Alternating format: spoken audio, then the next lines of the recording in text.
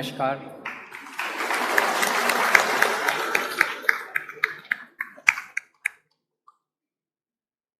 सबसे पहले मैं राहुल मामरे जी को और वेंजी को बधाई देता हूं कि वो दोनों को हमारी आम आदमी पार्टी की नेशनल एग्जीक्यूटिव में दोनों को हिस्सा दिया गया है, दोनों को नॉमिनेट किया गया है।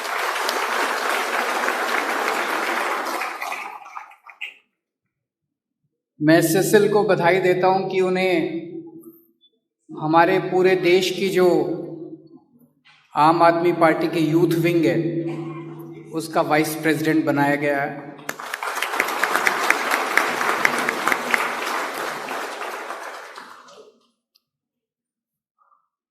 गोवा के डेवलपमेंट को लेके गोवा के लोगों के साथ मिलके हम लोगों ने एक बहुत इलैबोरेट प्लान बनाया है। गोवा स्टेट, गोवा राज्य बहुत खूबसूरत है, गोवा के लोग बहुत खूबसूरत हैं, गोवा के लोग बहुत अच्छे हैं।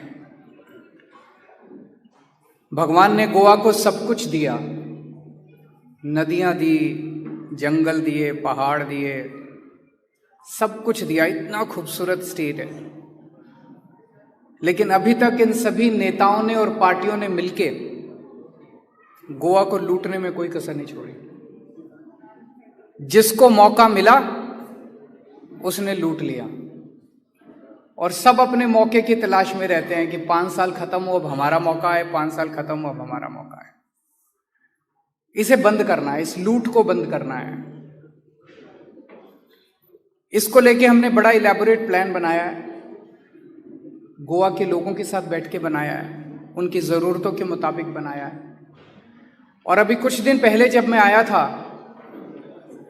तो उस प्लान का पहला पॉइंट अनाउंस किया था कि आम आदमी पार्टी की सरकार बनेगी तो गोवा के अंदर मुफ्त बिजली दी जाएगी, 300 यूनिट बिजली मुफ्त होगी, पुराने बिल माफ किए जाएंगे, किसानों को फ्री बिजली दी जाएगी और सबसे इंपॉर्टेंट 24 घंटे बिजली दी जाएगी।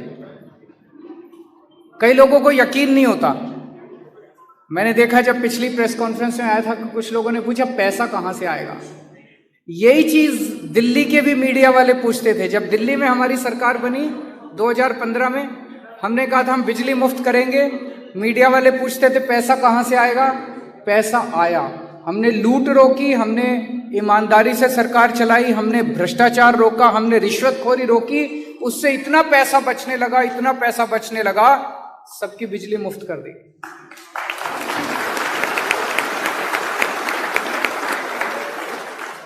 गोवा में भी करेंगे। ये मैं इसलिए बता रहा हूं क्योंकि अब मैं जो घोषणाएं करने जा रहा हूं वो इतनी बड़ी हैं कि आपके मन में यही आएगा कि पैसा कहां से आएगा। आएगा पैसा, आप चिंता मत कीजिए।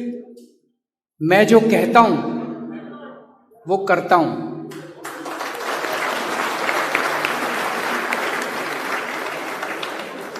मैं नेता नहीं हूं, मुझे राजनीति करनी नहीं आती, मुझे पॉलिटिक्स करनी नहीं आती।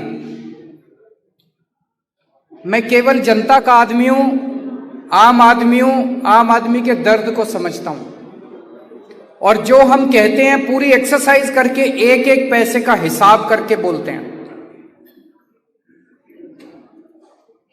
आप लोगों को यकीन नहीं है, आप में से बहुत सारे लोग ऐसे होंगे जिनके दोस्त रिश्तेदार दिल्ली में रहते हैं। उनको दिल्ली में फोन करके पूछे कि उनका बिजली का बिल कितना आता है।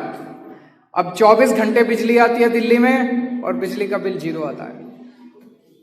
आज हम गोवा के यूथ की बात करेंगे, गोवा के युवाओं की बात करेंगे। गोवा का यूथ बहुत डिस्टर्ब्ड है, गोवा का यूथ बहुत दुखी है।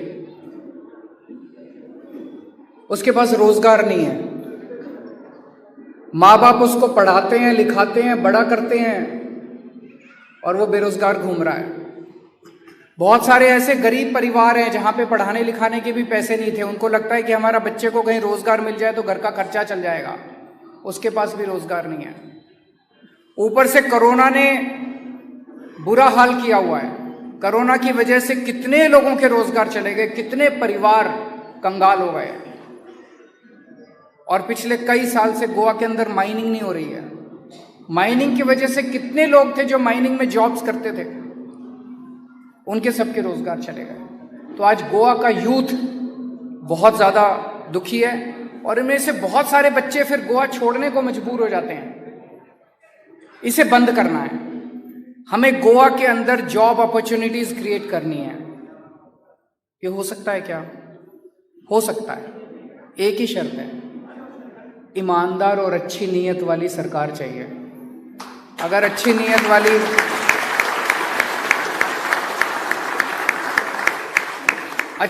वाली ईमानदार सरकार आएगी तो सब कुछ हो सकता है। तो गोवा के अंदर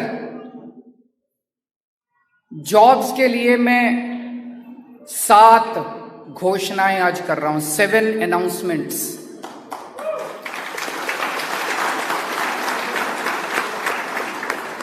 नंबर 1,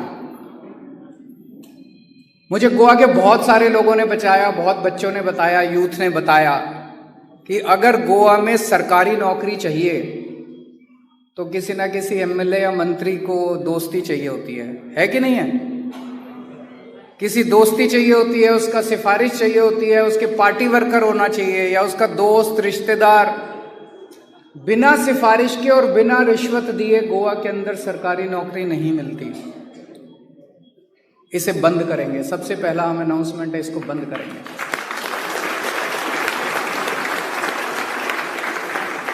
गोवा की हर सरकारी नौकरी के ऊपर गोवा के यूथ का अधिकार होगा। एक आम यूथ का अधिकार होगा जिसके पास रिश्वत देने को पैसा नहीं है और जिसकी कोई दोस्ती रिश्तेदारी किसी एमएलए या किसी और कोई पार्टी वर्कर नहीं है। एक आम गोवा के यूथ का अधिकार होगा गोवा की सरकारी नौकरियों के ऊपर। और ये दिल्ली में हमने करके दिखाया। हमारी दिल्ली के अंदर भी सरकार बनने के पहले ऐसे ही चलता था, सरकारी नौकरियां ऐसे ही मिलती थी।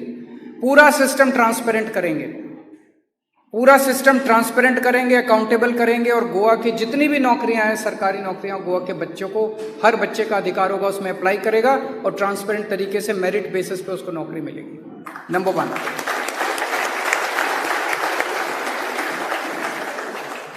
नंबर 2, गोवा के हर घर से एक बेरोजगार यूथ को रोजगार देने के लिए अरेंजमेंट करेंगे।